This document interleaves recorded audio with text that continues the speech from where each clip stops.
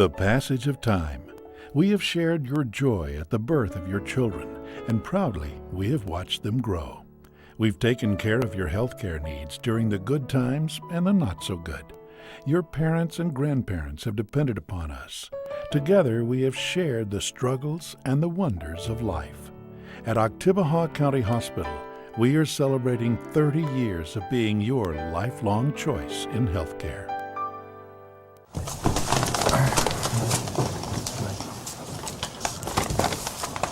First item of order tonight is the approval of the official agenda, in which we have some consent items as well.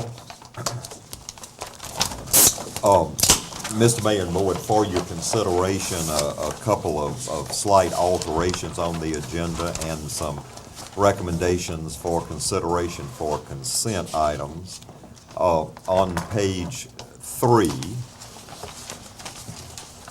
the C item at the top, the acceptance of proposal for the mowing of Oddfellows Cemetery, consent.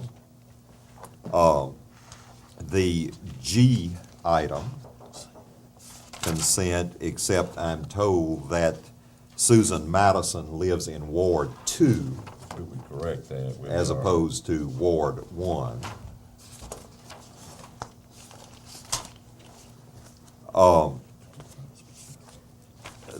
The H item for consent,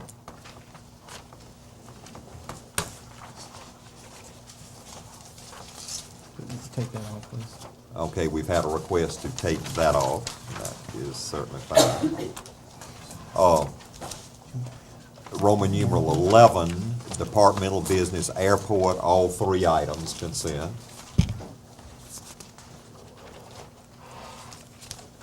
C, the city clerk's office.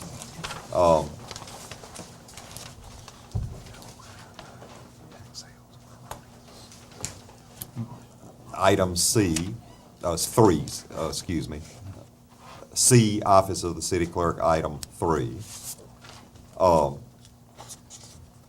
Engineering and streets, E, item 1. And if you would change item 2 to read, instead of purchase, advertise for bids or proposals.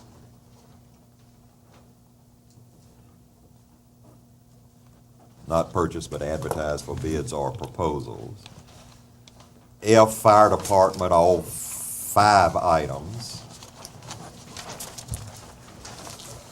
Personnel, items 1 and 3. Police department, both items. And public services, both items. Are there any additions or to this?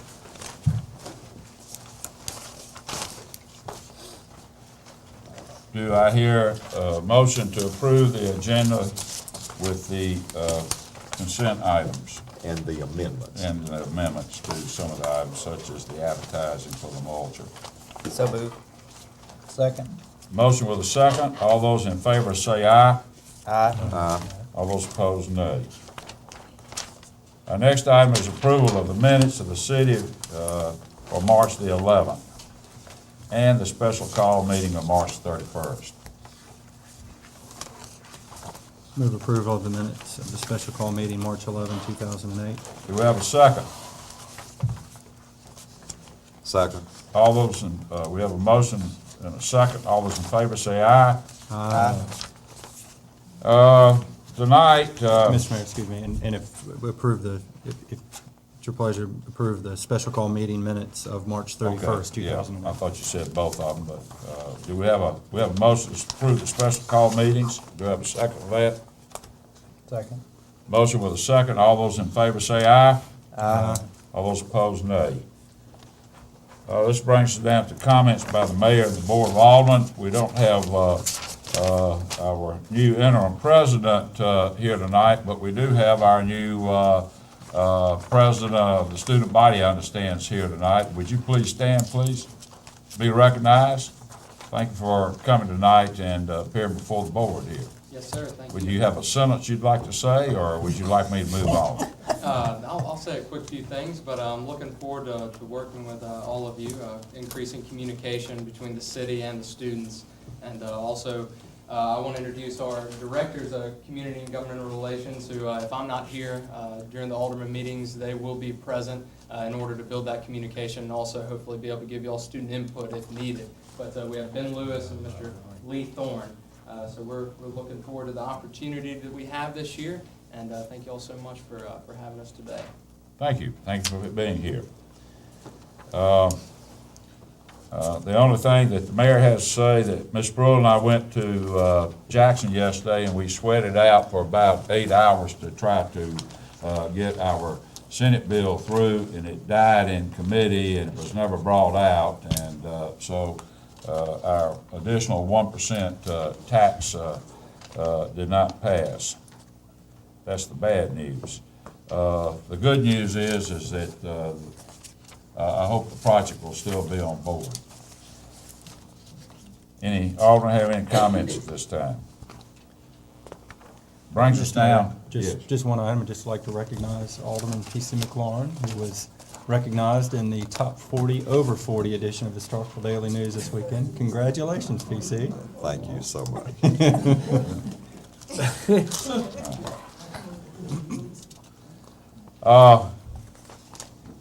There's a request that we proclaim the month of May as Historic Preservation Month in the city of Starkville, and without any further ado, I'll let Michelle Jones, who is responsible for this, to come up and talk about it. Mayor and Board, very briefly, the month of May is National Historic Preservation Month, and as a local group, the Starkville Central Neighborhood Foundation believes that our historic neighborhoods are what makes Starkville special and different. And we encourage people to live, work, and play in our historic neighborhoods. And our request is that the Mayor and Board declare the month of May Historic Preservation Month. We have a number of activities going on.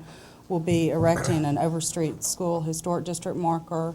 We'll be participating in the community series, our community series with the partnership.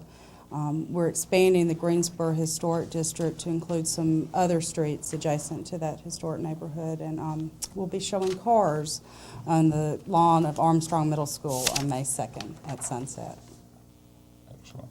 The movie cars. The movies. I got you. So do we have a motion to proclaim this? Mr. Mayor, on the back in your packet is a proclamation by the mayor, and I would move that the proclamation be adopted and the mayor so proclaim the month of May as National Historic Preservation Month. Second. Got a motion and a second. All those in favor say aye. Aye. All those opposed, nay. Thank you very Michelle. much. The Starkville Police Department's having a fun day in the park there. David, you want to stay out in the back and talk about that just a moment? Yes, sir. I want to do something for the community kids. We're inviting the whole city to come. It's a big, beautiful park, and we hope it'll be a pretty day. We'll have lots of events. We'll have hot dogs and have officers there and entertainment booths for children. We'll also be able to fingerprint the children for identification purposes, give the parents ID cards in case we have missing children or any unfortunateness. And it'll be an all-day activity, and we've got a lot of good things planned that we hope will not only be good for the community, but promote public safety, and especially for the children. So we invite everyone to attend. Thank you, sir.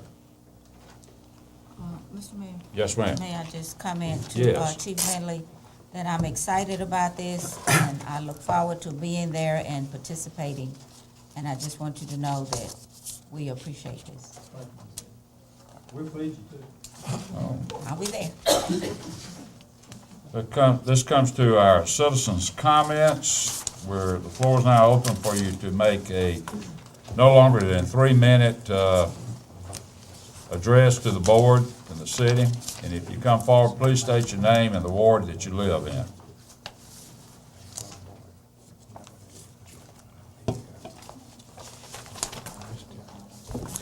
Good evening to the mayor and board. My name is Alvin Turner, Ward 7. The citizens just have a few things. First concern is that we want to thank the police department for their just riding through the complex. It makes us a little safer and makes the incident that happened slowly fade away. That we appreciate the extra eyes. Also, we sort of heard that they want to try and sell alcohol on Sunday. The citizens still stand with that we should have respect for Sunday. But if not, we just might as well build a jail if they're drinking on Sunday. Anyone else would like to have a comment at this time? Thank you. We'll move right along. We have several public appearances. We come now to the required by statutes, the quarterly report from the Park Commissioner. Dan, are you here? I thought I saw you walk in. There you are, you sitting behind that student body president. Hiding back there. I think all of you have in your packet a sheet of this. We don't have just a whole lot to report other than I think everything is participating. People are participating in all the projects we have. If you see listed here, it's all the programs that we have in the summer leagues. The numbers are pretty good. We would like to see them be a little more in the softball end of it. It looks a little deceiving, but you got to remember that's just girls. And the soccer includes girls and boys in this report here. Our 18 and under teams, we used to have 3 was about at best we could ever get out of the 16 through 18. It dropped down to the point to where we just had enough for one team. So Matthew Rye come up with a brainstorm to go out and connect the local high schools around. And we ended up with, right now we've got 10 teams that's gonna play in that in the summer, and that will bring a lot of people to Starkville. They will probably eat, and I know, you know, they go, when they come to Starkville, they go into Obi's, they go into all the other places, Applebee's, this type of place, and I think that's gonna help a lot. Basketball, you can see the numbers here. We've got a lot of basketball kids, and I think this will increase when we get the new complex, which is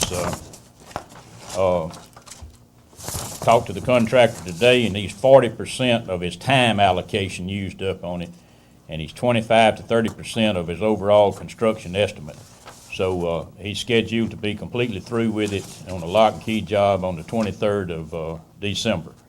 And if y'all hadn't ridden by there, you need to go by and take a look. It's progressing real good. Our senior citizens, you know, everybody thinks the park is just for the little kids and this type thing, and of course I'd like to be one of them, but been here too long for that. We've got the line dancing, square dancing, senior citizens, quilting, and I think most all y'all could qualify, maybe besides Corey, could qualify to come to some of these. Egg hunts, line dancing, that would be a good thing. The kid programs, the Easter egg hunt, we had 300 people participate in that. And you see over on the third page, it's got a list of part of the events that we have, and it doesn't have all of them, but it's a lot of the tournaments. David McGee is putting on a lot of tournaments down there that's bringing 30 and 40 teams of young kids. And when you bring young kids, you don't get a lot of turnout of an adult softball tournament. They gonna come together, and nobody's coming with them. Little kids come, they gonna have 2 sets of parents, a lot of times 4 sets of grandparents, and they all come and they gonna play. They'll stay and they'll eat and they'll go to restaurants and stuff, and that's what the park is about, is to try to, well, it's not what it's about, but that's why we're getting the people here to justify this 2% tax. If you'll turn over on the next page, we've got repainting all of our basketball goals and courts. We've kindly farmed these out. We're a little behind on what we wanted to do we wanted to just go paint them, and then we had people come to us, Mississippi State students come to us, wanted to paint one maroon and white. Travis Outlaw is gonna do one in Yellow Jacket, black and gold. So we had to kind of work on their schedule, and we're a little bit behind on those and where we would like to be. The J.L. King Park, we got problems with the pool. It leaks, and we spent about $20,000 on To this point. to this point on preparing, trying to fix the leaks, getting most of them fixed, but it's kind of like when you get one fixed, another one breaks out. So, but it will be up and running. It may still have some leaks in it, which doesn't interfere at all with the usage of it. It's just that we've got a water problem that we're trying to fix over there. But it will be open and running and painted. We got a bid on the Gillespie Street Center over here on painting the outside of it. If y'all hadn't been by that in the last week or so, we have done some landscaping and cleaning up over there, and we've got a bid on painting the outside of it. Mark, you got anything here? No, pretty much covered it. Our second basketball court will be ready for the Fun Day in the Park on the 26th. Our Starkville High School court will be painted over there for that day, black and gold. And our third and final one will be over at Gillespie Street. That'll be another painted court over there. It'll come after the 26th. Any questions from board members? Thank you, gentlemen. All right, thank you.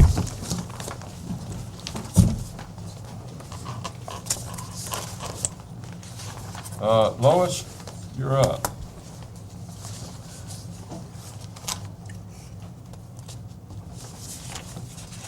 I am Lois Connington, and I am the Safe Routes to School Coordinator for Starkville in Motion. And in 2007, we learned that the city of Starkville was awarded a $281,000 Safe Routes to School grant from MDOT. And tonight, I'm coming to you with a proposed budget for the $17,500 education, encouragement, and evaluation part of that grant. And I'd ask you to approve the budget and also to submit the application to MDOT, which will activate the non-infrastructure portion of that grant. We have put together a budget that focuses on activities that will teach our school children to walk and bike safely to and from school. And the cornerstone of our activities will be a safety camp this summer for 4th through 8th graders to be offered at Armstrong Middle School, 2 different sessions, one for 4th through 6th graders and one for 7th and 8th graders. And we hope that those children who attend that camp, there will be 30 in each session, will then go out during the school year and share what they learned with their schoolmates. During the school year, we will have activities in the schools, education activities, encouragement activities, and evaluation activities, which are required of us to do certain surveys to report how the program is going. But we will have 2 walk-to-school days again. The one in last October was very successful, and we'd like to do that with the children again. And we'd also like to set up some pilot walking school buses and bike trains to have adult volunteers accompany the kids to school if they live within a 1.5-mile radius of the school.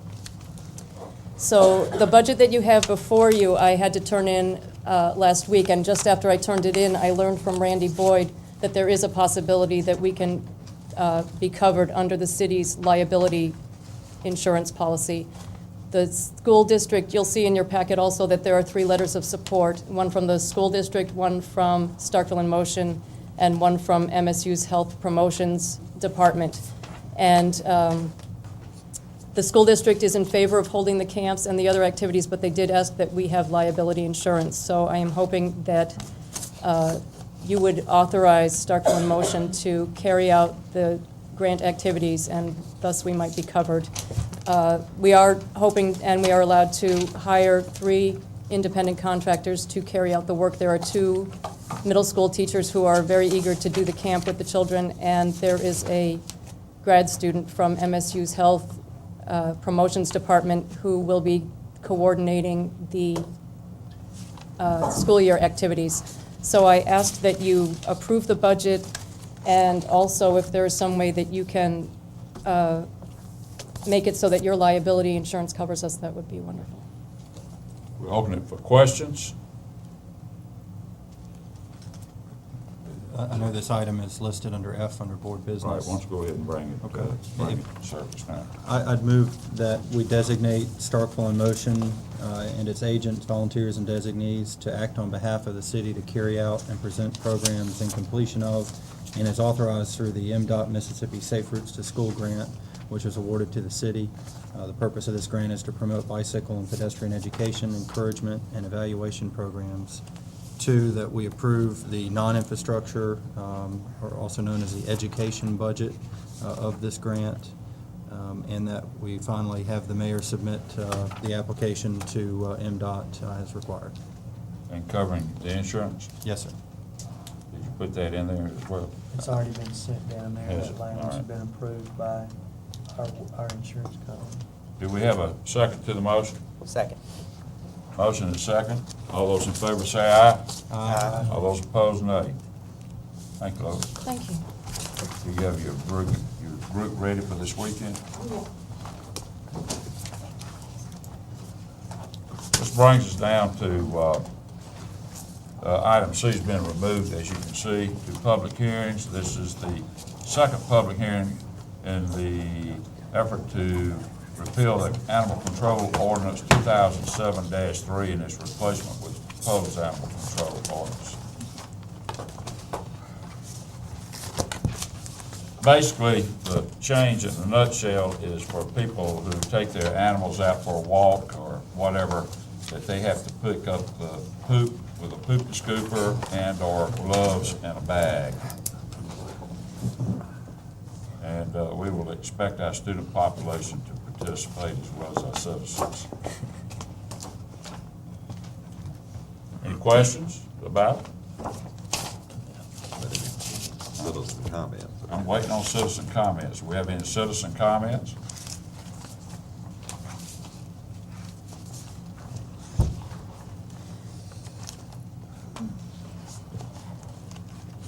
I think everybody must be kind of in agreement with that then.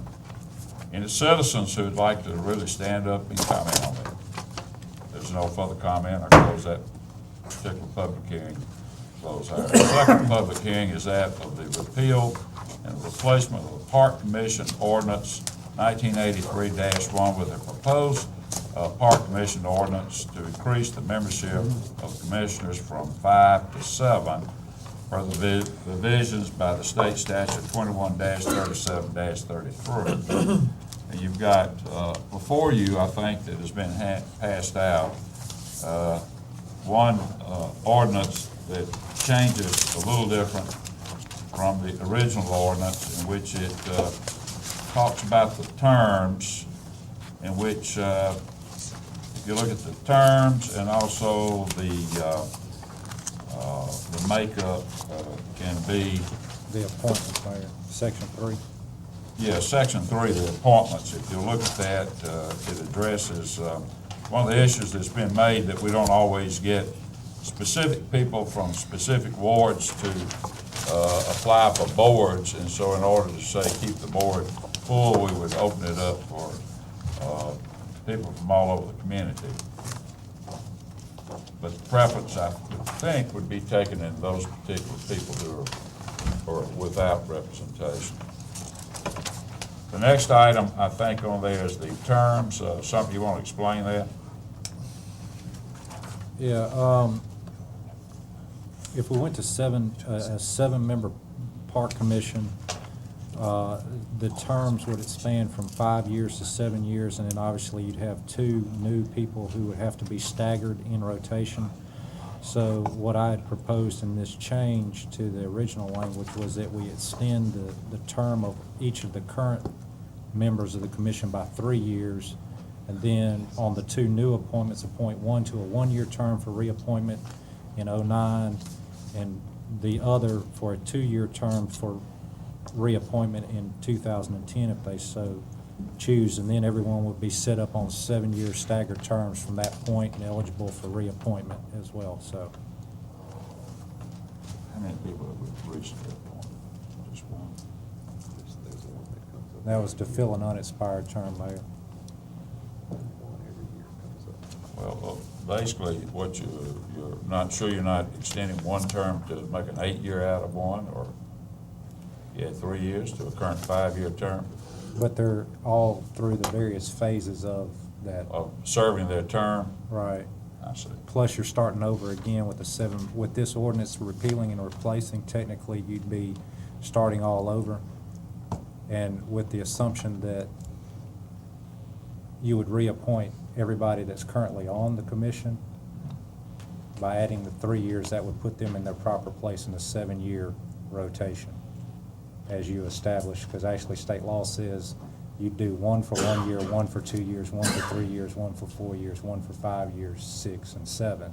I kind of got where you were going with Right. this, but I had to ask that question because of my mathematics didn't quite add up to some of that. Technically, you're starting over with an entirely new park commission with this ordinance, Mr. Mayor.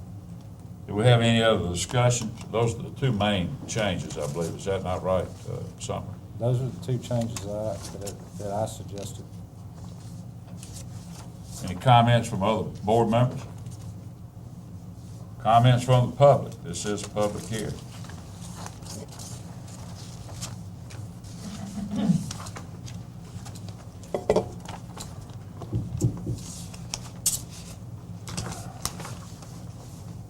I close the second public hearing. We'll move on. Mayor's business. I spent a long time in the state capitol this day. If you haven't ever been there before, you need to go down on the last day that bills can be done. It's very interesting. Board business. First item is the consideration of the approval of the repeal and replacement of the animal control ordinance. Do I hear a motion?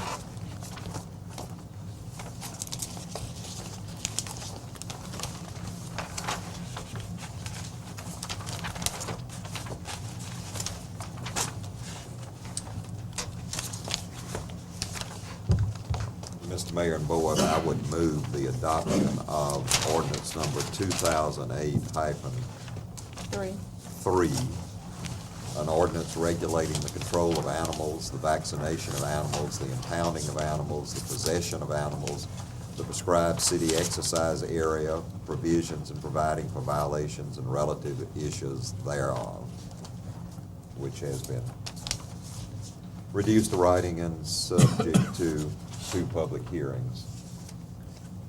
Second. We have a motion and a second. All those in favor say aye. Aye. All those opposed, nay. Our next item is consideration of the repeal and replacement of the Park Commission, item 1983-1, with a proposed commission ordinance to increase the membership from 5 to 7, as provided by the state statute 2137-33.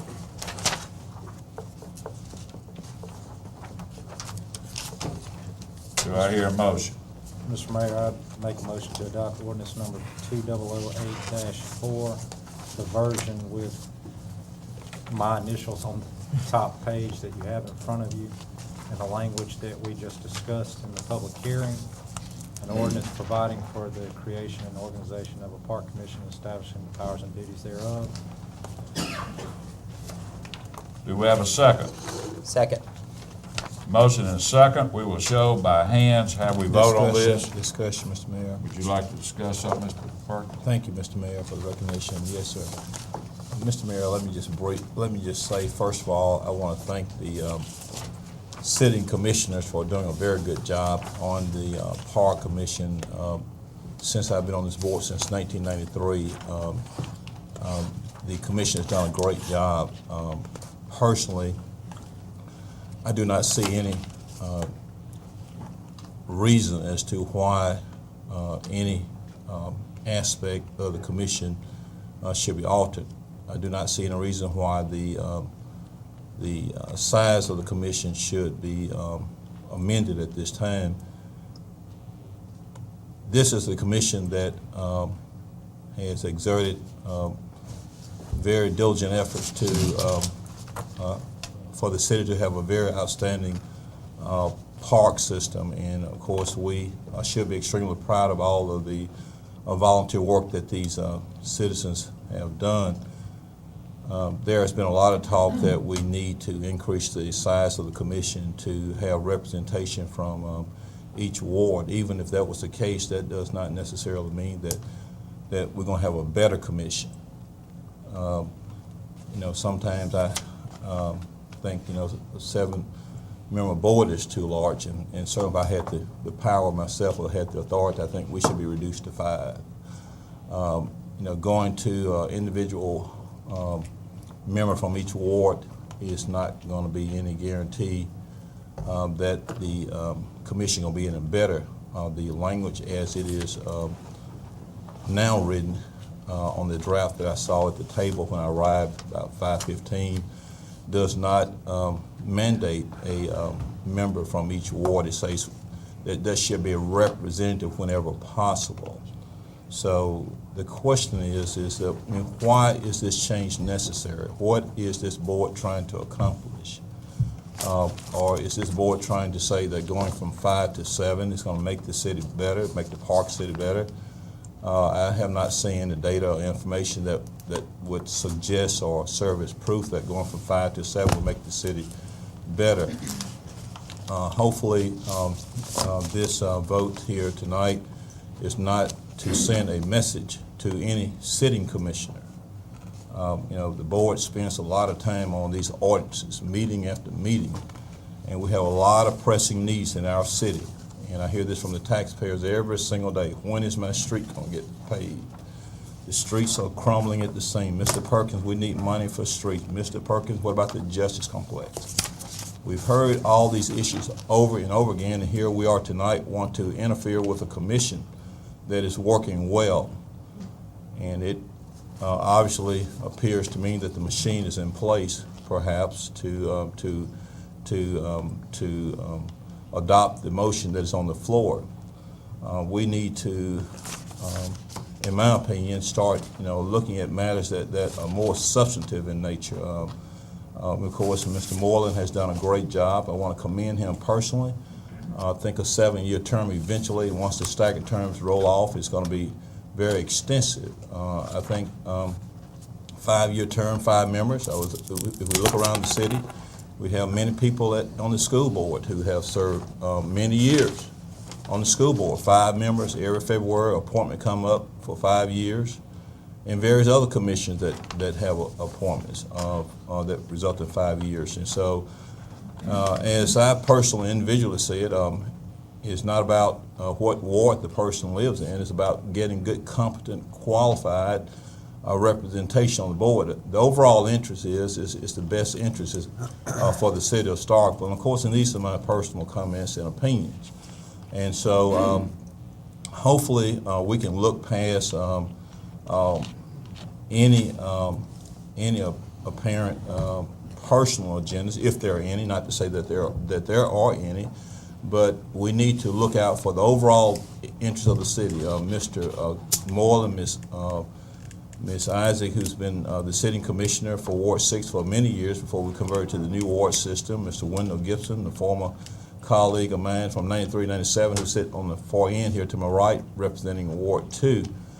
And the other commissioners throughout the years have done a very great job. This board some years ago had a lengthy deliberation as to whether or not we wanted to pass this assignment of the oversight of the parks to the Park Commission, or did we want to keep that? So after a very lengthy discussion, the board decided to do that, and it seemed like the system is working. So it is my further personal opinion that the system is not broke. And so I'm of the conservative opinion that it's not broken, it does not need to be fixed, as I see it. And so I trust and hope that we will let this commission remain intact as it is. Let them fulfill their volunteer duties without any compensation. They're hard, lengthy, long hours. Let's take a look at the sportsplex. We see a very progressive facility coming up, a very good use of the tax dollars, good expenditure of the 40% that they receive from the 2% allocation of the food and beverage tax. So respectfully request to my colleagues at the table tonight to let's look at the overall picture. And if we can do that, I think we can just allow the Park Commission to remain as is and devote our energies and efforts to some more pressing things in the city, such as infrastructure needs and a municipal justice complex. I think as I listen to the taxpayers, I don't hear any complaining about the operation of the parks. They complaining about the streets and the need for a justice complex. And those are some of the things that my constituents have shared with me, and I did indicate to them that I would articulate these views at this table tonight. And so I'm going to encourage my colleagues respectfully if they would defeat the motion, and let's leave the Park Commission as is. Thank you, Mr. Mayor. Anyone else would like to say, may have a comment at this time? Mr. Mayor, one thing, or a couple of things I'd like to say. First of all, my amendments to this motion were in no way, shape, form, or fashion a slight to our current park commissioners, and I think if you look at it, it's done everything to give them deference, and by extending their terms 3 years and also removing the term limit language in it. I would remind Mr. Perkins that that discussion about the Park Commission that he alluded to earlier was really a discussion of, are we going to follow state law and let them function as a commission, which I came down on the side of, let's let them function as a commission. And about 2 years ago, when Alderman Cox brought up, let's make them an advisory board, I said, no, we need to let them function as a commission. And then when the issue came up again in the last couple of months, I said, no, let's let them function as a commission, as they're statutorily required to do. I think they have done a good job. I think they have represented this city very well, and I do appreciate all their efforts.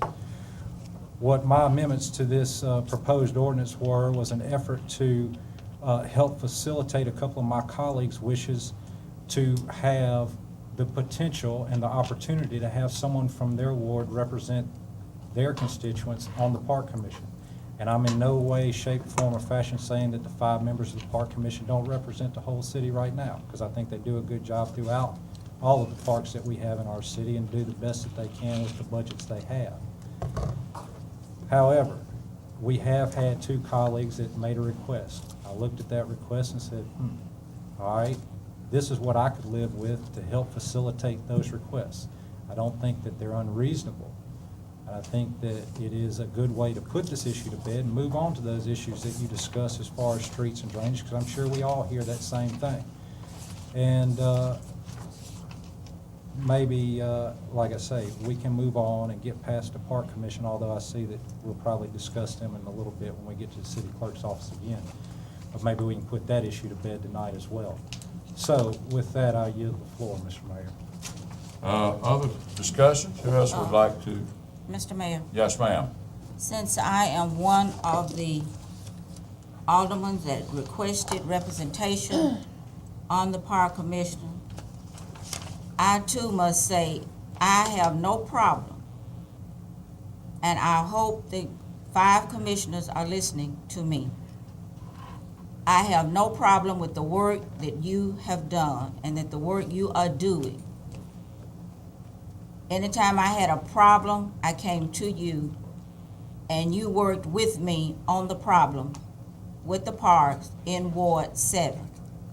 But I feel that the constituents in Ward 7 has said to me, and no, I'm sure they did not go to another alderman to say that they wanted representation. So I have to speak for my constituents. They came to me and said, why can't we have representation on the Park Commission? I feel like they are entitled to it.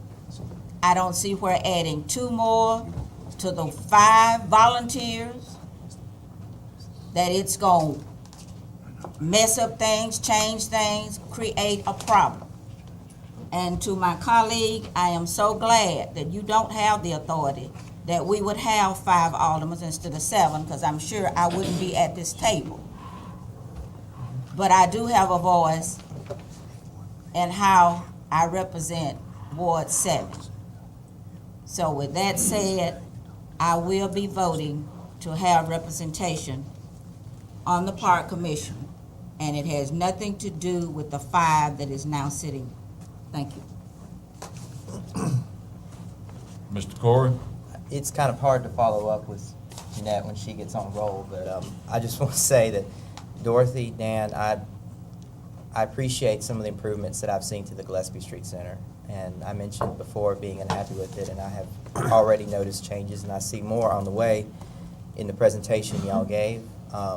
My desire to see someone from Ward 4 or around there on the commission is based not only just on my own personal interest of seeing someone, but also on the request of some of my own constituents that I've sat down with.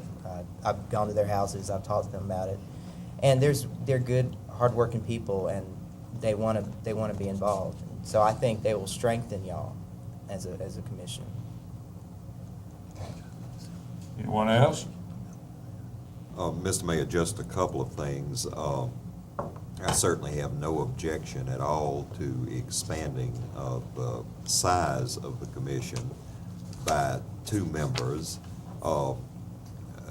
This board has on a number of occasions over this term expressed the opinion that every ward ought to be represented on boards, commissions, so forth, and indeed have taken affirmative action in a number of areas to that. I am not personally yet satisfied with the language on the terms or the language on the appointment as it stands to facilitate 1 from each ward.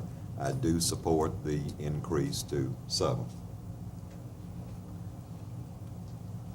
So you're referring it to a committee? Huh? You're referring it to a committee? I'm not referring it to anything. We have a motion on the floor. I don't think we do have a motion. We do. We do a motion and a second. Okay. Anyone else like to say anything? I guess it's time to vote. I think I did ask that we would have a show of hands. All those in favor of this motion, please show your hands. All those opposed? Motion passes 4-3. Interesting.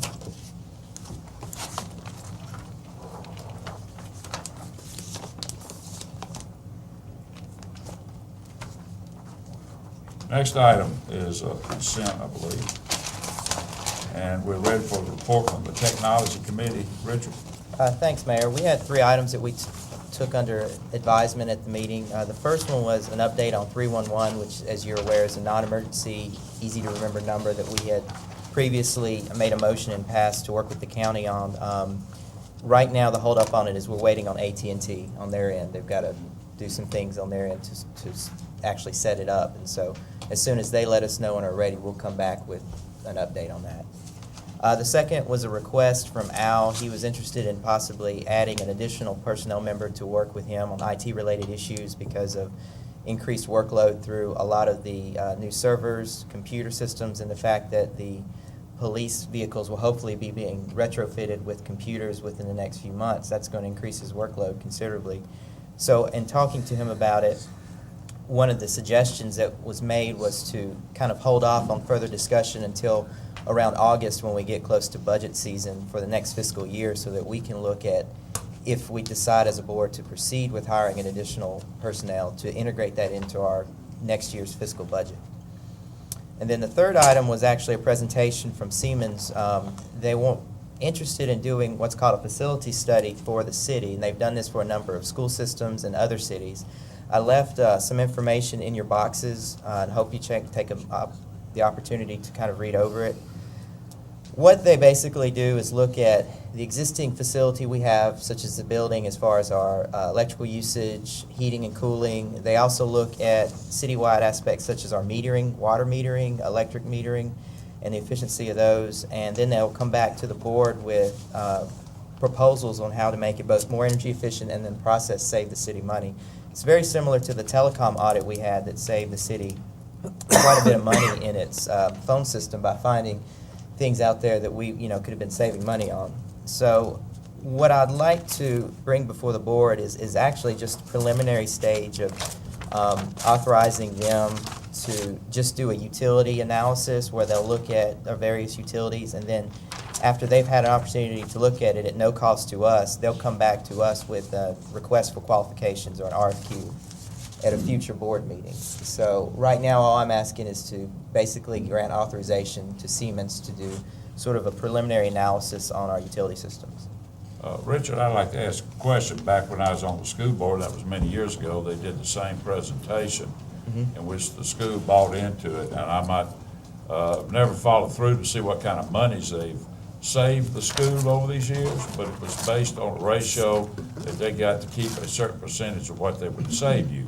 Correct. And I would be very interested to see if the school is still participating here locally with them. Do you know that? I'm not sure if our particular school is. They do provide a savings guarantee, which means there will be no cost to the city because they will basically guarantee the amount of money that they're going to save us. And then they had a list of a number of school districts. For example, they ended up saving the Lamar County School District $74,000 a year. It'd be very interesting to see what they saved the Starkville public school system. And I would Because certainly, they were involved with that system here. if they're not currently, I would certainly encourage them to go back and re-review that. But just right now, I'd like to make a motion in authorizing Siemens to perform a utility analysis of the city of Starkville and then to come back to us with an RFQ at a later meeting. We have a motion. Do we have a second to the motion? Second. Motion with a second. Any further discussion? All those in favor of the motion say aye. Aye. All those opposed, nay.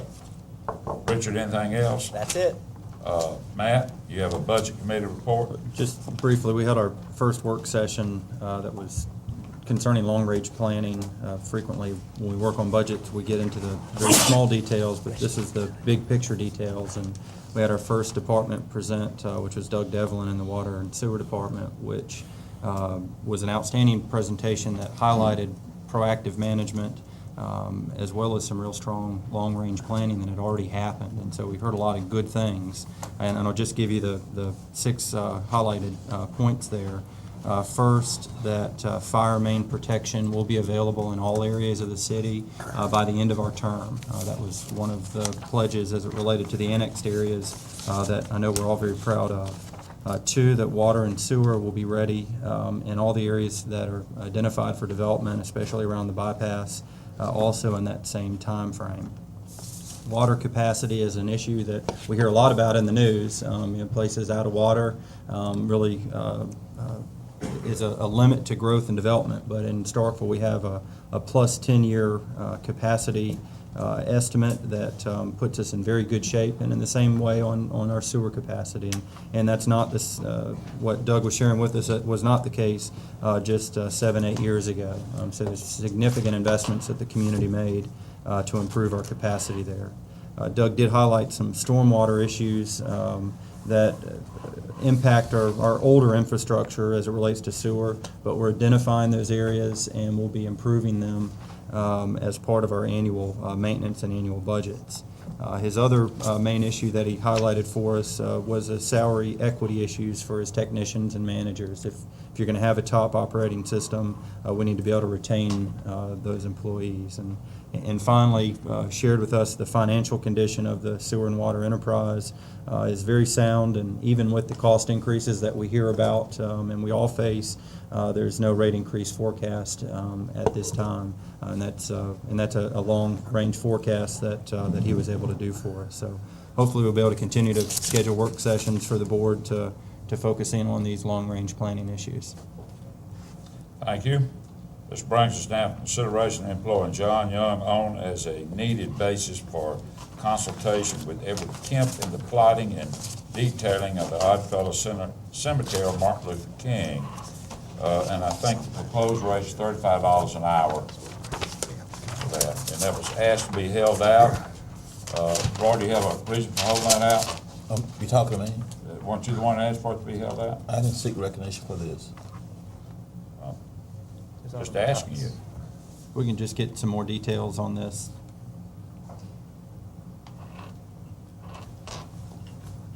Good evening, Mayor and Board.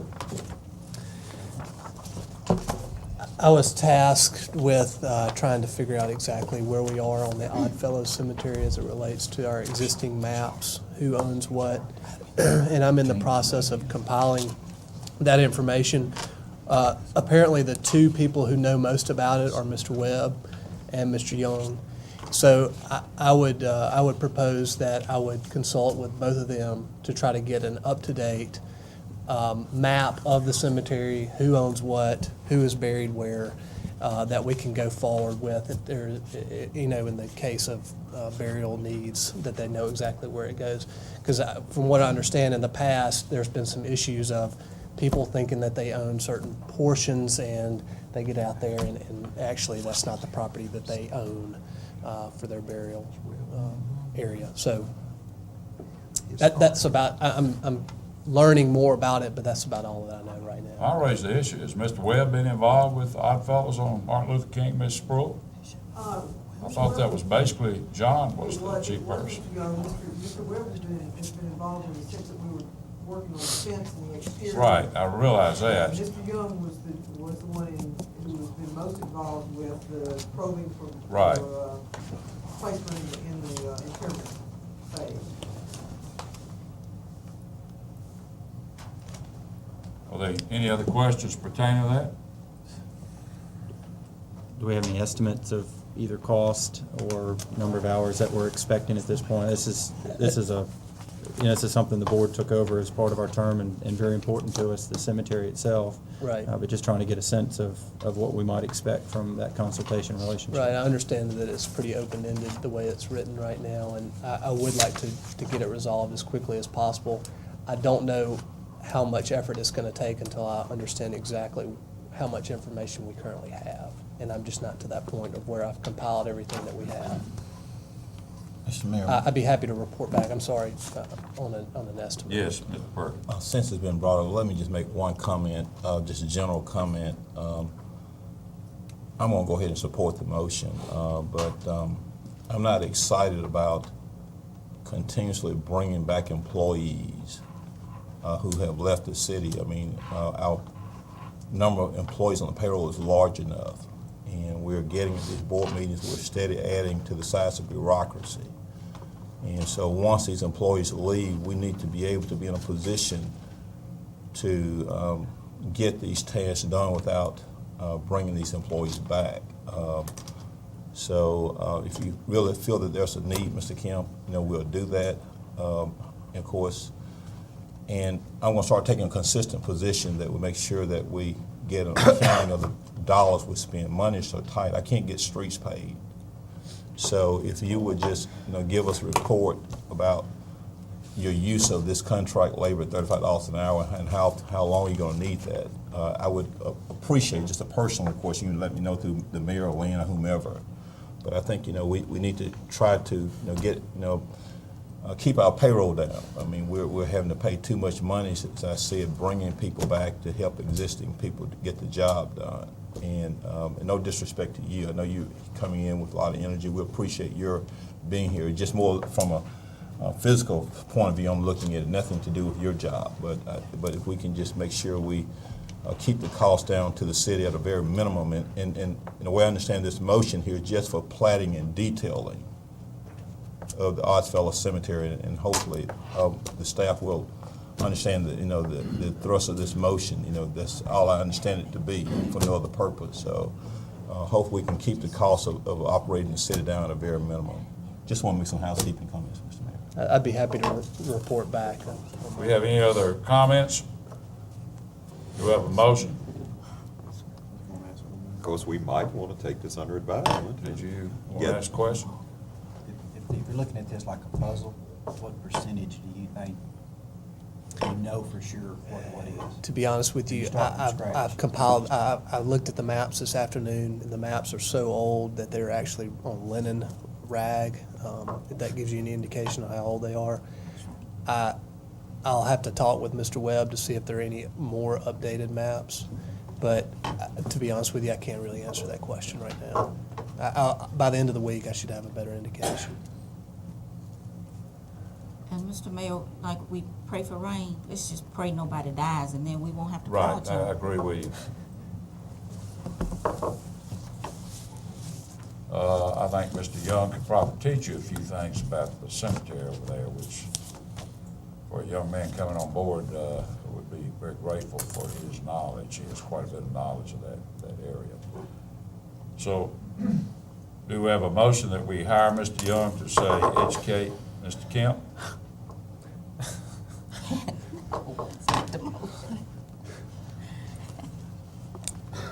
Mayor and Board, I'd move we approve the hiring of John Young on a consultation basis to work with Edward Kemp for the plating and detailing of Oddfellow Cemetery as needed at a rate of $35 per hour.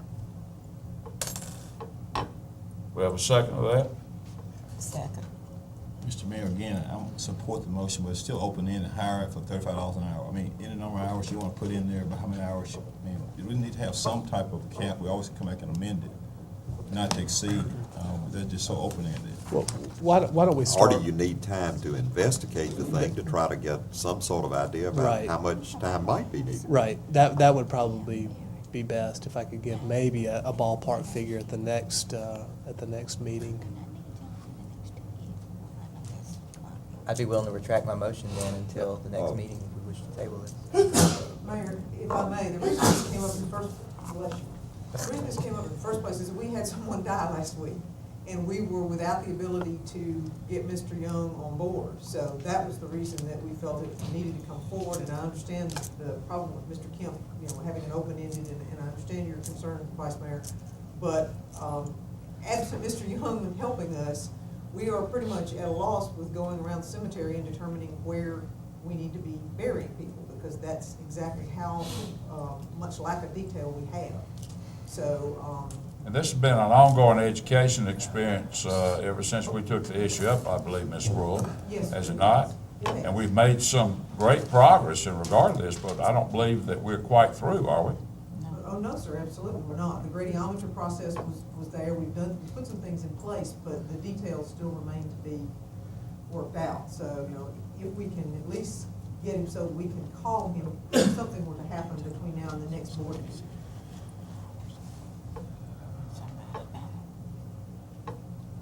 Leave your motion in place, if you don't mind. I have no problem if the board wishes to look at some kind of cap, we can certainly set one just for now and then come back to the next meeting. Or let's just go ahead and approve this in an open-ended fashion and come back at the next meeting with Find out how many an hours. estimate of hours with perhaps a cap.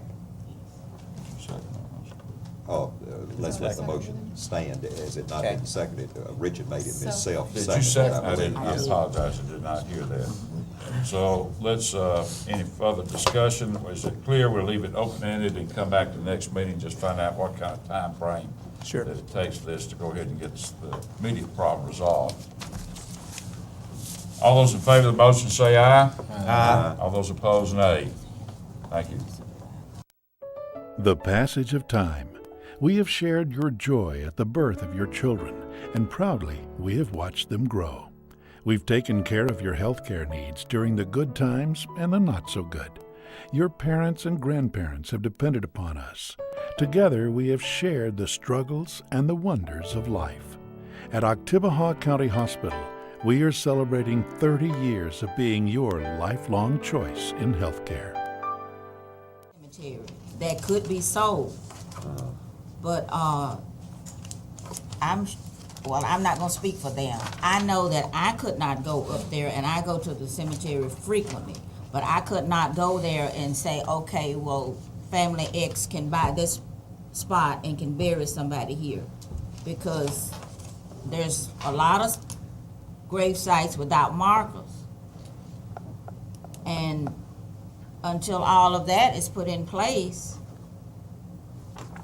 only probing is the way that you really know, except the areas that Mr. Young had identified over there near the school, which would be on the east side of the cemetery. But just to go through that cemetery to say what spot's available, yes, you can have this by this spot. No, I don't think we've gotten there yet. Now, maybe they would like to speak to that. Did the gradiometer project ever bear much fruit. Well, it did. The problem with the gradiometer process is that it was such a large area, and he did a couple of areas that were specifically unknown to us, but the time and the ability over the extent of the graveyard of him to really get some detail was limited. So we have a couple of areas that the gradiometer worked in, with other areas that it was unable to be effective in. So if you were able to concentrate, all of your 8 hours a day of work into the cemetery, you probably could come up with something sooner than later, but we find ourselves obviously drawn to other projects, and then, when someone dies, we're back doing it again. The gradiometer did serve us. Mr. Young has on several different occasions been helpful over the past year or so, and now it's a matter of actually doing the detailing, and we haven't gotten that deeply into the process. Marquita, correct me if I'm wrong. But I think, it will take some time to get there, it just will, because the records are so very limited to us. Okay. Departmental business, airport is consent, I believe. Brings us down to building codes and planning department. Let's look at that, please.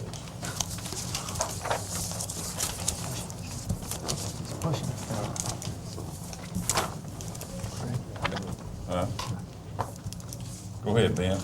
Thank you, Mr. Mayor. We have 3 items this evening from the Planning and Zoning Commission meeting last week. The first one is item RZ08-03, which is a request by George McKee to rezone property from R2 single-family duplex to R5 multifamily high density. The subject property is approximately 3/4 of an acre in size, located at the rear of 514 South Washington Street, northwest of the intersection of Wood and Washington Streets in Ward 7. The property is surrounded on 3 sides by property zoned R5, and the applicant owns the adjacent property to the east fronting on South Washington Street. A letter from the applicant states that he intends to develop additional units for the Brownsville Station apartment complex to the west, which he also owns. Although the property has no road frontage, it can be accessed to the Brownsville Station apartments or from Wood Street via property owned by the applicant. The staff report includes zoning regulations for the R5 zoning district, and multifamily dwelling units are permitted uses in this district.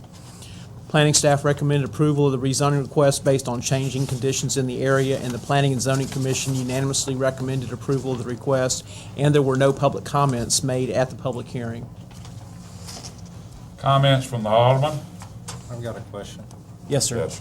What conditions have changed in that area since 2004? Since 2004, Right. there's been some additional development in the Brownsville Station, but the zoning in 2004 included the properties, the entire property. Okay. But, so, you're just saying they built more apartments in Brownsville Station? That's what, for right now, yes, sir. Other than that, nothing else has changed since 2004?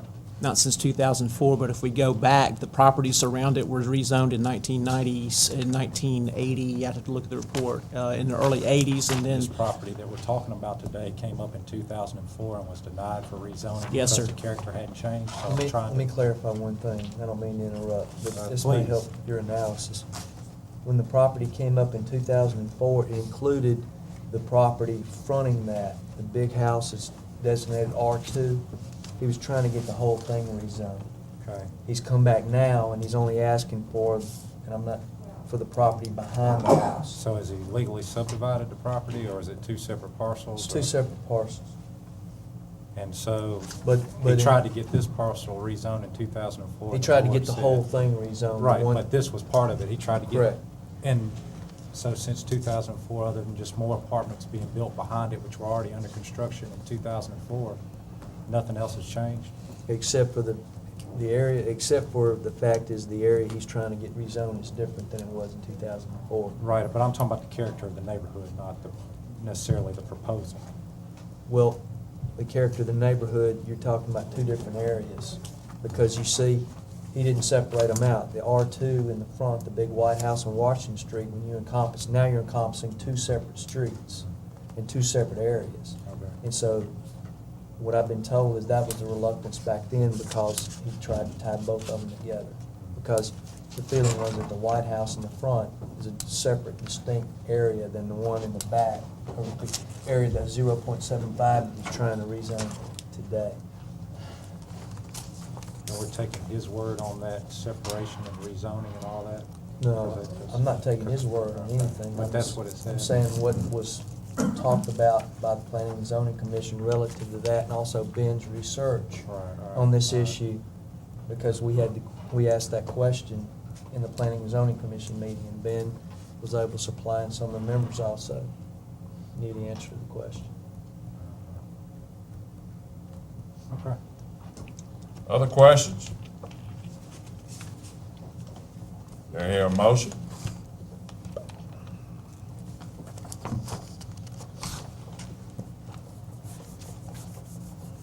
Mayor and Board, I wasn't on the board in 2004 to actually experience that, but in looking at it, don't think it's necessarily an unreasonable request, so I will move approval of the rezoning request by George McKee from R2 to R5, from Ward 7, on the basis of changing the characteristic of the neighborhood.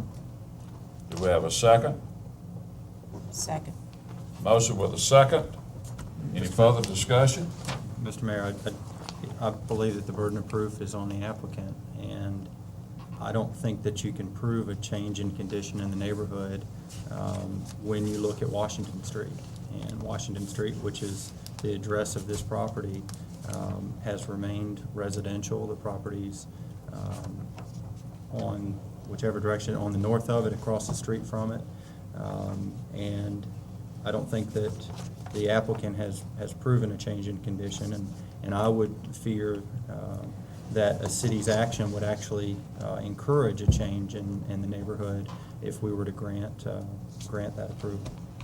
Washington Street is behind the property, It's behind the White House, but on the side. it doesn't have, it's a Washington Street address, because it's behind the White I House. got It's you. not the White House. It's What about the properties to the north? Ben, you said this was unanimously approved by It P and was? Z. Yes, it was. Was unanimously approved by P&Z? What was the nature of the discussion at the planning and zoning meeting, if any? There were questions about the access to the site because it doesn't have road frontage, which is the main one, which I wanted to address to y'all this evening. There was also some question about the neighborhood being, or the property being in a historic district. So it wouldn't have any impact Questions on about how the property was going to be developed, which Mr. McKee explained that he was going to do an additional development as part of the Brownsville Station development. Yeah, okay. How does the historical district? Essentially is trying to expand Brownville Station. Yes, sir. Up to the back of the big White House. Yes, sir.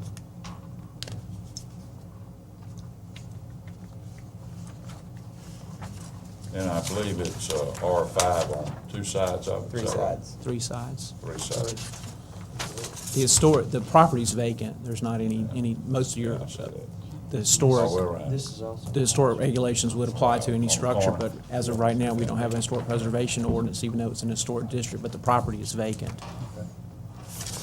What is the zoning of the property as you go on up from Washington Street to, The entire block is R5, with the exception of this parcel and the White House in front of it on Washington Street, which is R2. The entire block is R5.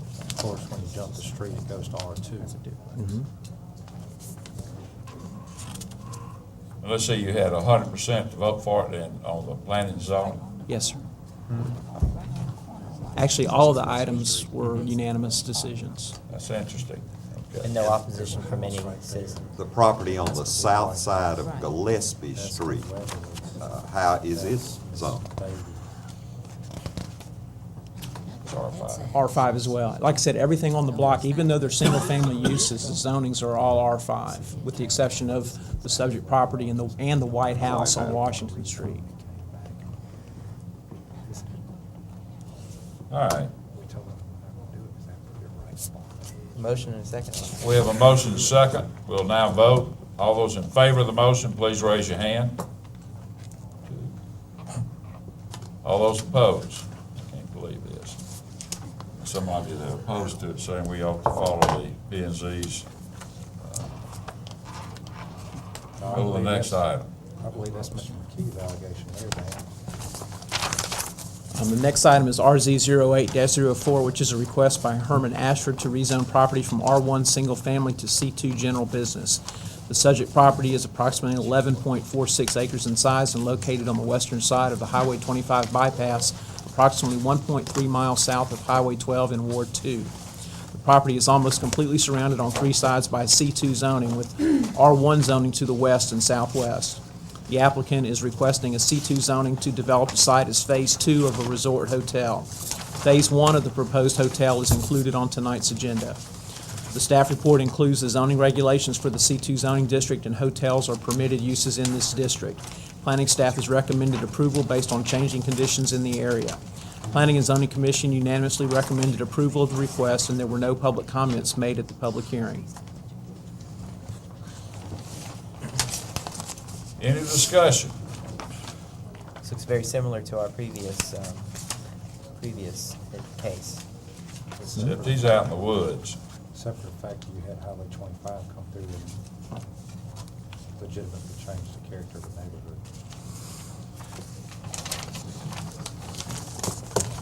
It's your ward, Roger. I don't see how this ain't changing the character of the neighborhood.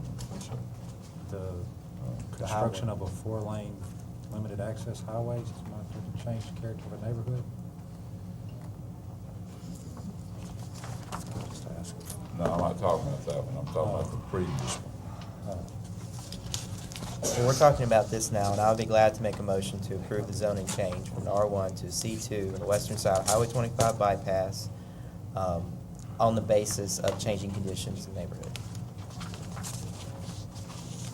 I'll second that motion. We got a motion and a second. All those in favor of the motion say aye. Aye. All those opposed, nay. Okay, the third item is PR 08-04, which is a site plan request by Mr. Herman Ashford for site plan approval for a proposed Oasis Resort and Suites. The subject property is located on the western side of the Highway 25 bypass, approximately 1.3 miles south of Highway 12. Phase 1 project includes a 17,526 square foot welcome and fitness center with meeting rooms and 7 three-story buildings with 12 units in each building, providing a total of 84 units and 92,484 square feet. Outdoor recreational facilities include tennis, basketball, and volleyball courts, play areas for children, and a pavilion for outdoor gatherings. The department heads have recommended approval of the proposed Phase 1 site plan for the Oasis Resort and Suites with 5 standard conditions. The Planning and Zoning Commission unanimously recommended approval of the site plan as proposed.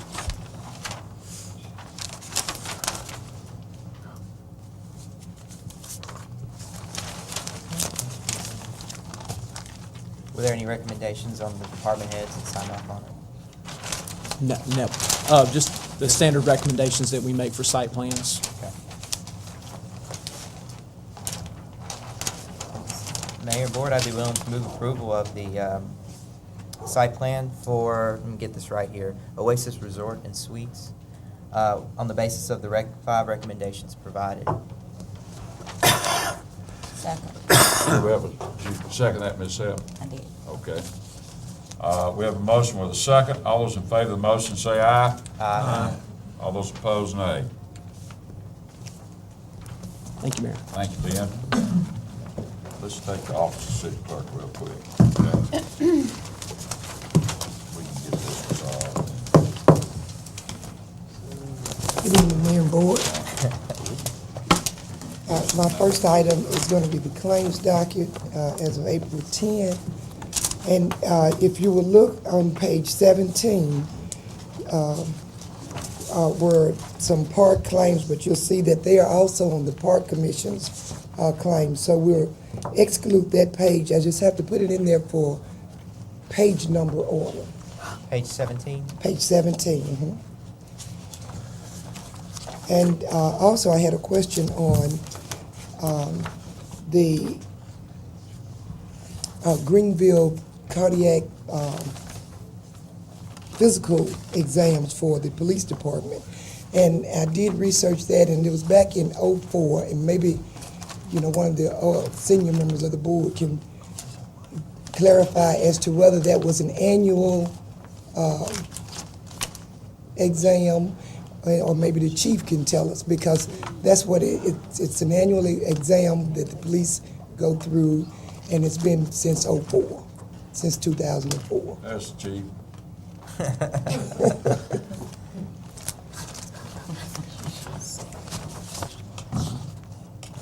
Can you tell us if it's an annual exam or what on the? The North Greenville, Right, same, public safety exam, police and fire both do every year, and have for the last several years. Forward for us. We do them at the same time, same week, police do and fire do.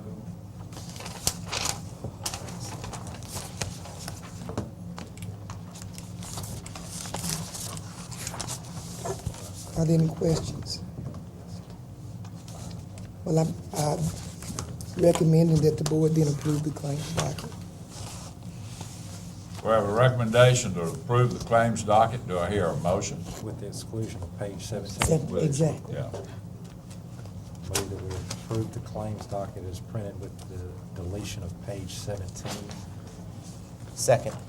Motion and second to pay the claims docket with the exclusion of page 17. All those in favor say aye.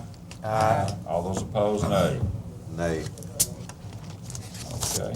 And the second item is going to be the claims from the Park Commission that was approved at their April 7th meeting. And I'm asking the board to give me the authority to pay those claims.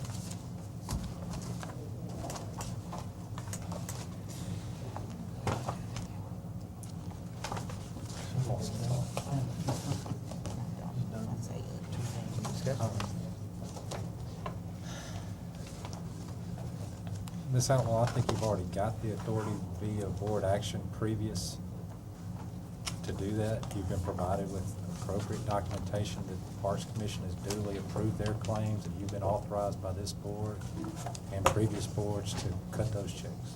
So, And you're giving me then just a standing pay those those claims? parks. once you, I mean, isn't that what our current order says, our agreement with the Park Commission, is once you're presented with the appropriate documentation which has been vetted through our attorney and their attorney and the process, that you cut the checks? Yes, but that was when the Park Commission goes autonomous, I thought. They are autonomous. They are No, they're not as of, as of the city's books. They're not autonomous. So are you now instructing? Scroll. Yes, Uh, Well, I really, because with the Park Commission being autonomous, and I, thought we had cleared it up, is that we'll have to separate all of their functions from the city's functions. Oh, we covered that. We haven't separated, but we haven't separated, the park hadn't set up a bank account. They haven't got any checks. All of their checks still City of Starkville. Have we not had this discussion, Mr. Faber? I thought so. I thought Al was already dividing, making the software.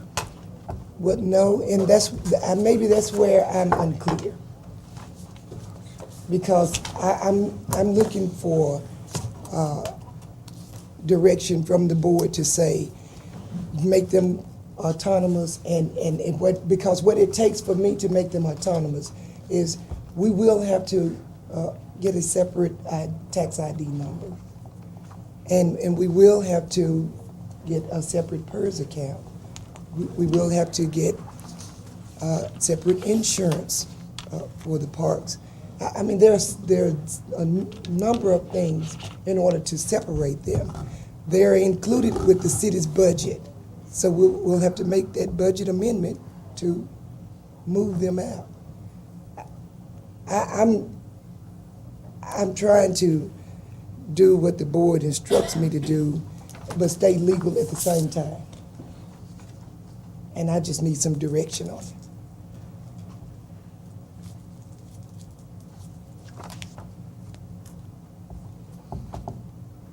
I thought the board had given you direction.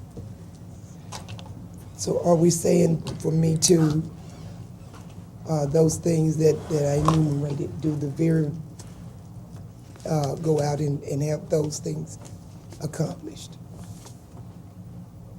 Rodney, do you have any input from a legal standpoint of what our...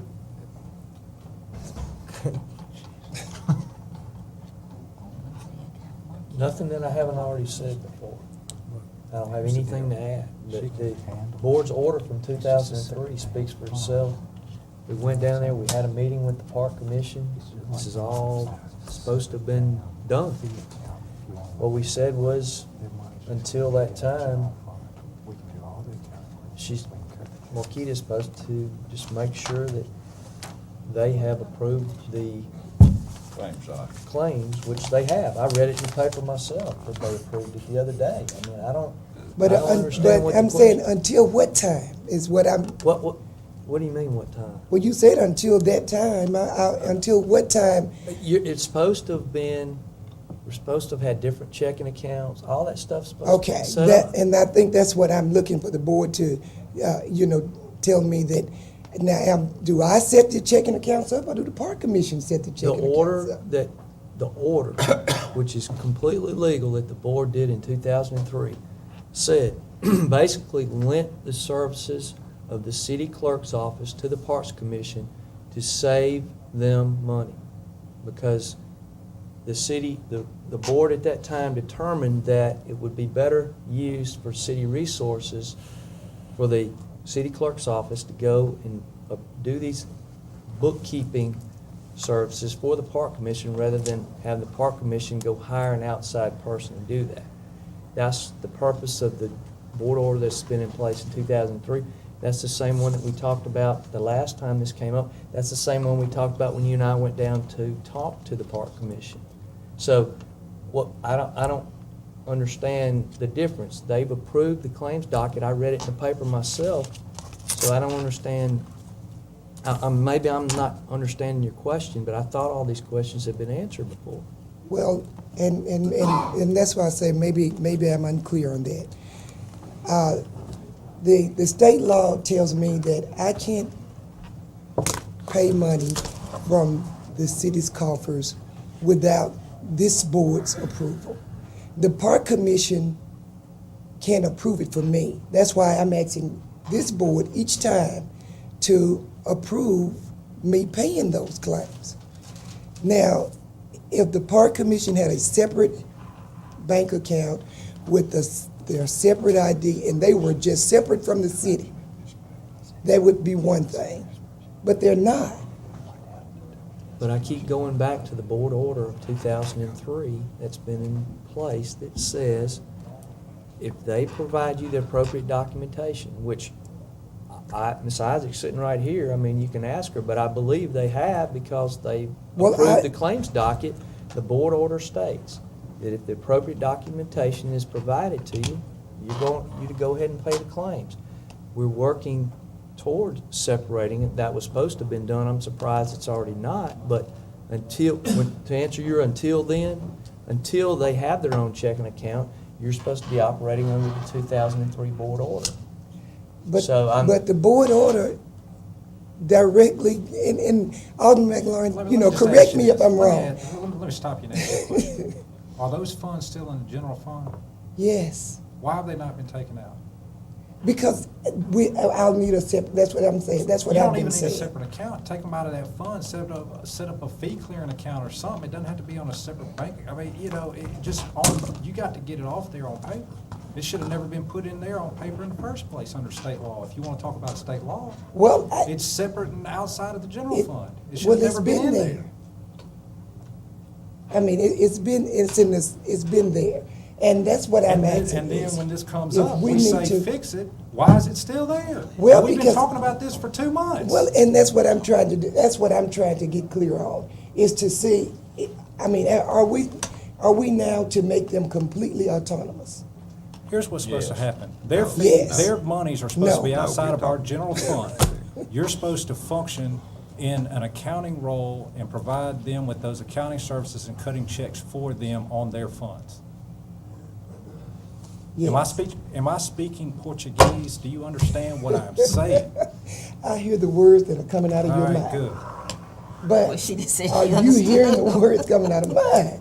I am trying to, what I'm trying to do is if it's autonomous, it needs to be completely autonomous. You're telling me, you're giving me the authority to break the law. No, I'm not, Marquita. That's That what is it not what sounds I'm like. saying. You're not breaking the law. Take the money out of the general fund, set up an account, call it the Park Commission. When they bring you claims out, just write the checks, Park Commission, okay? That's all you gotta do. Okay. So I Very think, simple. I think we're still back to square one. No, We are not no. saying give them a bank account. We are saying you put their monies in a separate bank account with the same bank we do business, Okay, and it's the Park Commission checks. okay, And all the funds that they approve at their board, you process those checks through that separate bank account. The okay. whole point that Sumter brought out, that originally, the reason this was done is to keep the excesses expenses that we are already in the process of dealing payrolls and other things like that. All this should come out of just Parks and Rec account.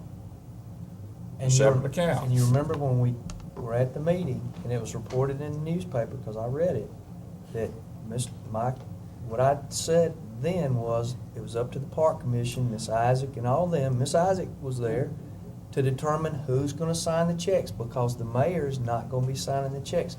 It could be Miss Isaac, it could be Mr. Moreland, it could be whoever they designate. This board is not trying to tell them how to do that. So that was Miss Isaac, isn't that what we talked about at the Park Commission meeting? And y'all were gonna decide who was gonna sign the checks? We've been doing, And y'all approving the claims docket like y'all said y'all were gonna do, and, right? I didn't know there was any question. Their money, put it in another account. I understand all of it. I understand all of that. What I'm trying, and obviously not doing a very good job of trying to get you to understand is the city's accounts, even though you say take it somewhere else, it's budgeted there. So if Al was to set up a completely different set of books, it's not gonna pull from what we already have budgeted, because that's a total separate, that would be a separate set of books. So it's not gonna pull from our budget, what we already have.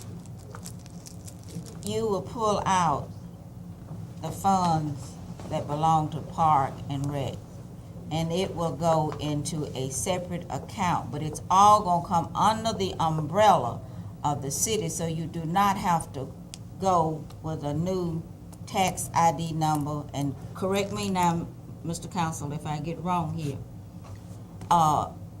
It's all still coming under the umbrella of the city, but you must pull out and open a separate account labeled Park and Rec, and all of their bills will be paid from the funds that's within this account. Oh. And I'm saying this because I know in the county that one umbrella, and I deal with multiple accounts, but they all have one tax ID number. And it's just like, if you and your husband decide that you're gonna do your own checking account and he's gonna do his own checking account, you would not have, and you've already established an tax ID number. You can break out as many accounts out of yours as you want to and do checks and label them and put the money there. That's true, but all of it still ties to that one group. And that's what I'm saying.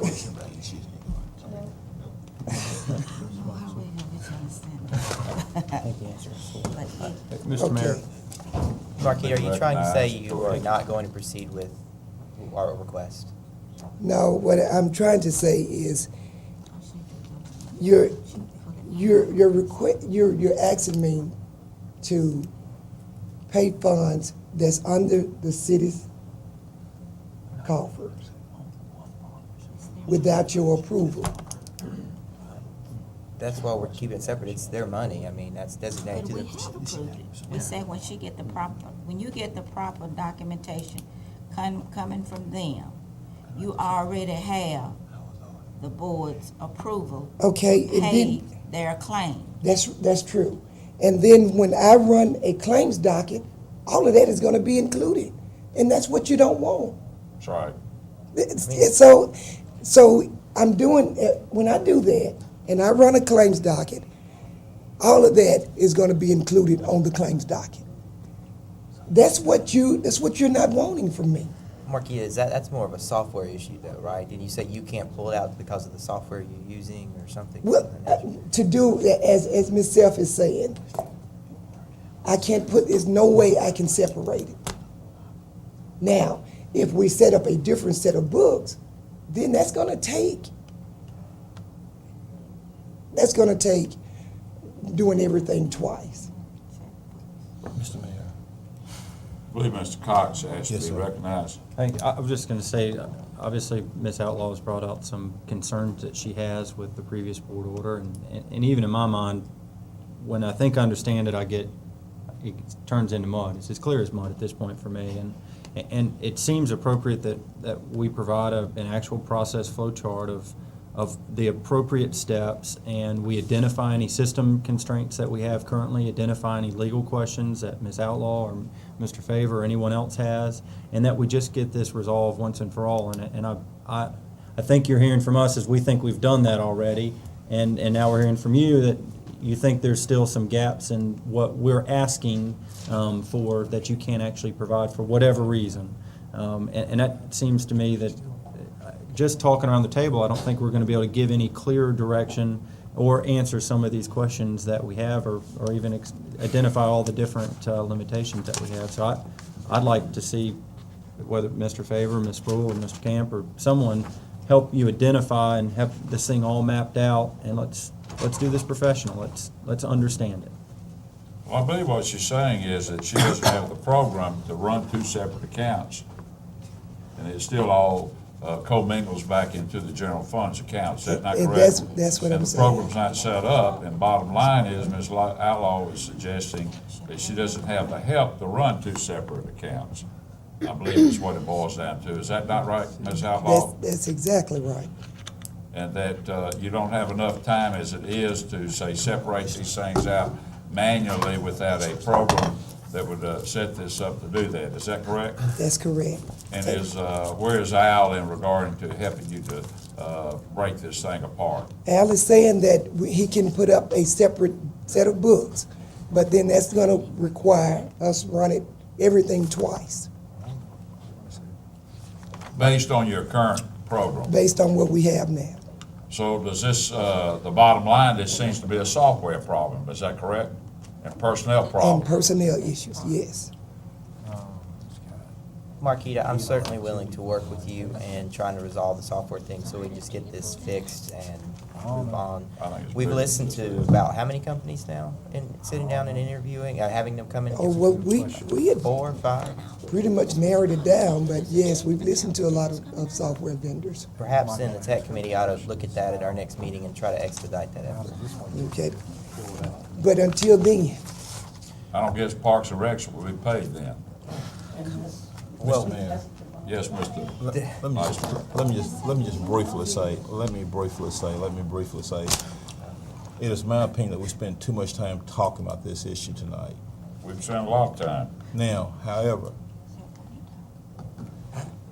if the board has already given authority to pay the claims for the Park and Recreation Commission, then it is my respectful opinion, pay the claims per the board order. I mean, that is acting in good faith pursuant to a directive from the governing authority. Now, we can sit here until the sun rises in the morning, and I don't want to sit here that long, but I think we need to make sure we pay the claims per the board order. And with all due respect, Madam Clerk, I know you mean well, but, you know, hours getting late, and really, and no disrespect to you, you know, I don't want to sit here every night when I get here, you know, listening to discussion continuously about the Park Commission process. You know, life is not simple, but at the same time, if the board says pay the claims per its order, then let's pay the claims. You know, and that's what needs to happen. You know, and you know, we need to do that. Or whether software issue, whatever kind of issue it is, we need to pay the claims. I mean, we don't have the staff. The Park Commission, if they need additional people to hire, then they need to hire. I mean, they in charge of their own employees. We don't have any say-so at this table as to the Park Commission, you know, as to its employees. We can't interfere. We can't get involved. We can't disturb their operational process. So, I mean, you know, and this just respectfully say, not, you know, just alderman to a department head talk here, but let's pay the claims. You know, if they approve it, pay it. You know, I don't even necessarily want to hear about it. You know, if the board has already said that pay it. You know, and I think if the state auditor come in, your responsibility, in my opinion, I'm not the city attorney, but you'll be acting in response to an order of the governing authority. So I don't think it's a problem legally. You know. But this is me talking not as city attorney, but it's a licensed attorney. But I don't think that's a problem. So, we got a motion on the floor, Mr. Mayor? No. Mayor? We have a motion on the floor to approve this claim docket? Not yet. Not yet. You have a question? It's just trying to move it along. You have a motion?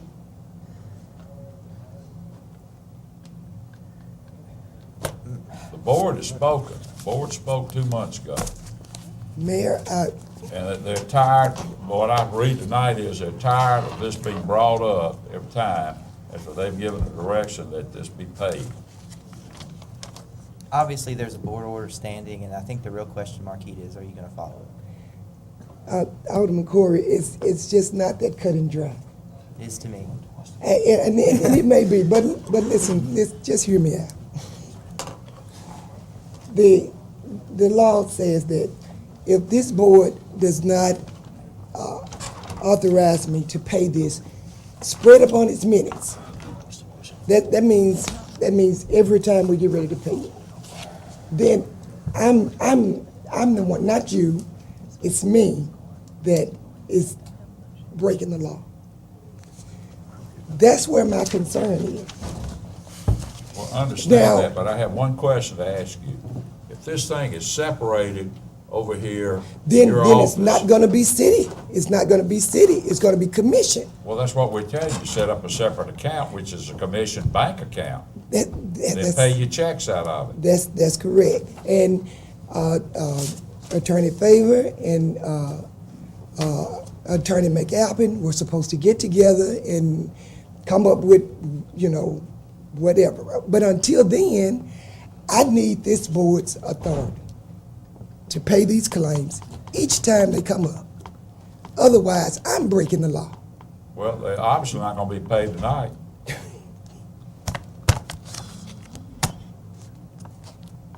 And the board is giving you direction 2 months ago, pay them. We've gone through the state audit department. I believe that they said the direction that we're going is acceptable. And so we're all in a big puzzle here, why we can't follow what state audit is suggesting.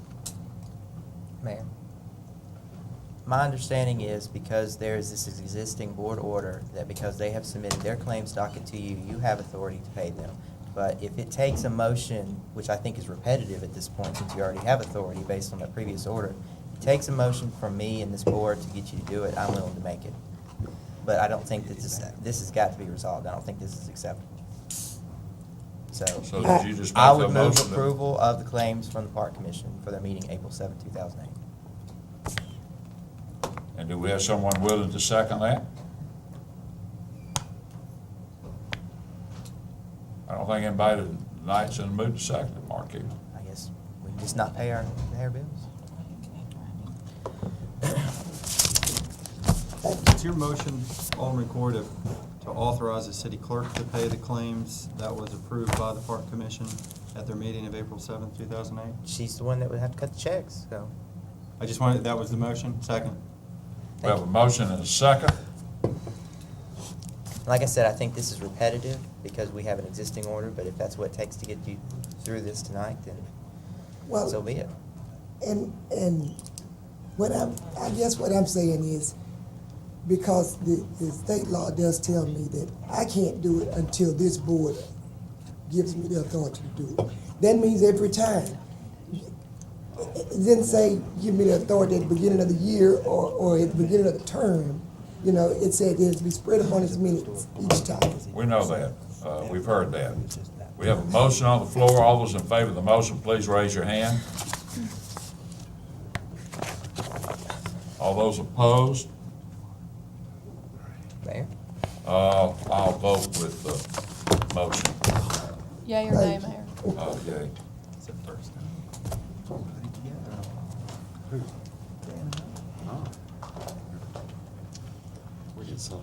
He left.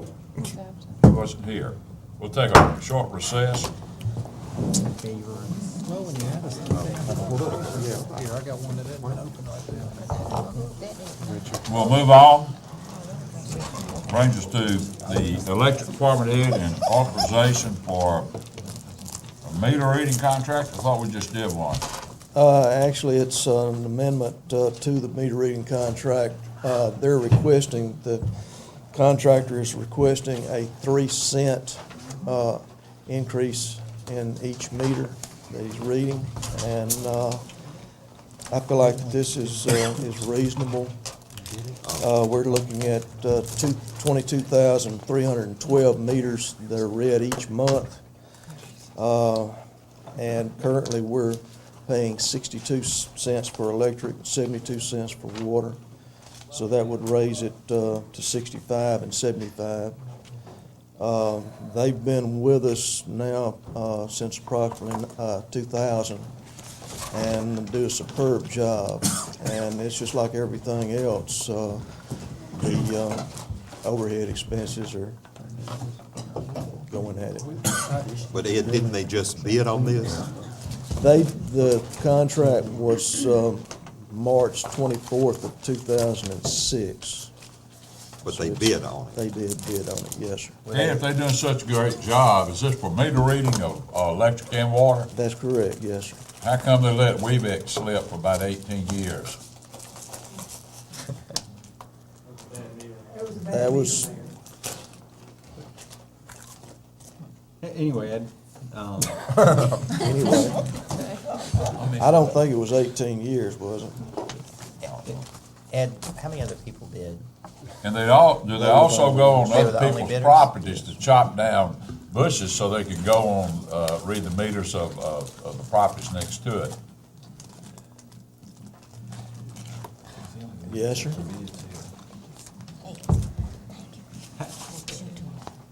sorry, how long is the contract good for? What is, you said it It's a started 4-year, 2006? it's a 4-year contract. Okay. Is the last time we approved it 4 years ago? I was in 2006. 2 years ago. I thought we had just approved it not too long ago, No, sir. But a year and a half. year and a half ago. Did the contract provide for any kind of escalation clause or anything? It provided, quote unquote, this contract may be amended if both parties have the cost increased upon each anniversary date by 75% of the consumer price index for urban consumers of the U.S. Department of Commerce. And he's not asking for that, he's just asking for 3 cents. Is this the anniversary date as March, yes, sir. to March? So is the request then to, because we're in April now, Well, he ended up, last month, he notified me of it, and other circumstances prevailed. Yeah, did he specifically define the purpose for his request for an increase? Gas cost, basically. I didn't read that in here. So And how many people does it require to read the meters, and how long does it take to do it? He uses 3 people, and it's a constant, it's an everyday job. 5 days a week? 5 days a week, yes, sir. And they do an exceptionally good job. They very rarely misread.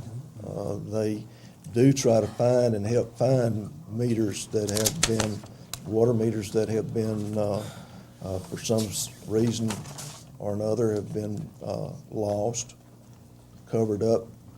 A lot of landscapers around will repeatedly put mulch, soil, things of that sort over the meters. You have to hunt for them.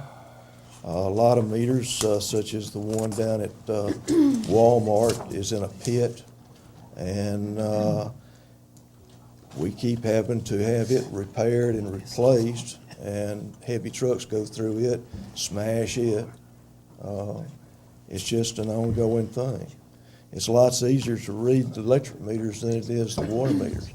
However, there are some situations where that you end up with yards that have vicious dogs in them that you can't get back in there to deal with. You end up with some with locked gates that you can't get into. It's an experience each and every day, new one. Is there any reason you don't want to in-house this and save some money? We have ended up years ago had it in-house, and if memory serves me, we had 5 people doing it, and they couldn't stay on schedule, and they couldn't read a meter very adequately. We went out of house to make it more efficient and more economic. So when you gonna go to the electronic meter reading like Fort County? It's gonna be a while. It's kind of pricey, isn't it? It's very pricey. Yes, sir. It's gonna be quite a while. Could you phase that in? We've got some in the field now, especially in places as I described, lock gates, dogs. We have those, and we have the handheld computers that we can walk down the street and read the meter.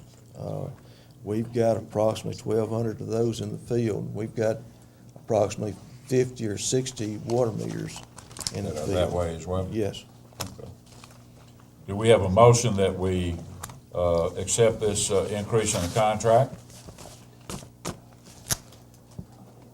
That's $669 a month increase, shared by 2 departments. Mr. Mayor, I just shared with my colleague here that maybe I'm going soft, but, this is a good faith thing. This is a contractor who has a significant amount of importance to the both departments, how we bill. And, the contract, we're making an amendment that is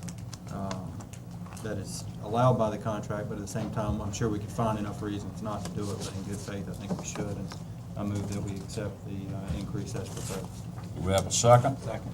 Motion with a second. All those in favor say aye. Aye. All those opposed, nay. Nay. Nay. Let's show by hands. All those in favor, show your hands, please. All those opposed? 2, 3, 4. Sorry, Ed. Thank you. Yeah, they may not be so dependable on these things, I don't guess. Next item is request authorization to advertise for a cutter head for excavator. Is this for mulching, I believe, Ed? Yes, sir, that's correct. It's an attachment that will go on a piece of equipment that we already own. And the best example of using this would be when we clear ditches, that sort of thing, when it's very difficult to get dump trucks and things back in the backyards of residential properties to haul off those trees that have been cut down. So in other words, you're mulching them up into chips? Yeah, the end product would be mulch from the trees that have been ground. And do I understand this is coming, the budget that comes out of the sanitation department, is that right? This item is currently not budgeted for. This would be a budget amendment. Oh, okay. Just to ask a question, didn't we amend the agenda just to advertise for bids and/or proposals and then add this item? Right, add that Yes. to the consent agenda, yes. Okay. So, Just, thank you for the. It was on the consent. I'm sorry. I remember putting on the consent, but that's all right. I know we changed the. And we just advertise it for bids, Advertise. proposals, and then we'll talk about the budget. Okay, that brings us down, I believe, that's the fire department's office sent personnel. Item 2 on the personnel.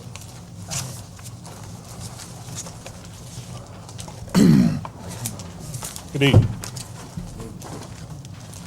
This motion is to hire for the position of hearing administrator. The board approved the authorization to advertise for this job on the meeting on March the 11th. We did advertise.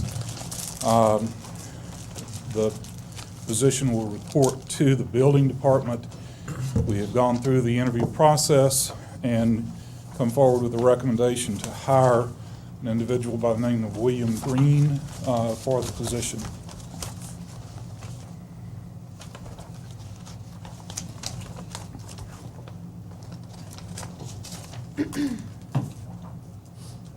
And Mr. Bowe, we did have interviews earlier today to interview the administrative hearing officer who would work with this clerk Yes. as part of that process. Yeah, the hearing officer, yes. I would move that we continue this hire under advisement till we finalize the hearing officer model. Which may be as soon as tonight. Second. All those in favor say aye. Aye. All those opposed, nay. Thank you, Randy. Let's see, I believe that, That's it. that's it. Do I Mayor, hear- you need to approve the consent, but remove Wendell Gibson from the authorization for the parks because he was reappointed via ordinance. I think that would be appropriate. You said that'd be appropriate. Please.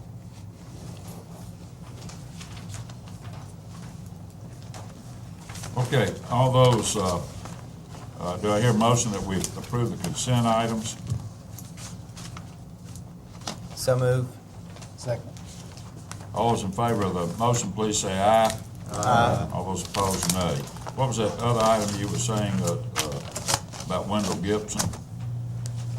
Already been approved, let's move All on. right, let's move on. Do I hear a motion, we move to closed session? To discuss pending litigation, property acquisition, personnel, and potential litigation. Maybe we go into closed session and determine the need for executive session, Mr. Mayor. Second. All those in favor say aye. No.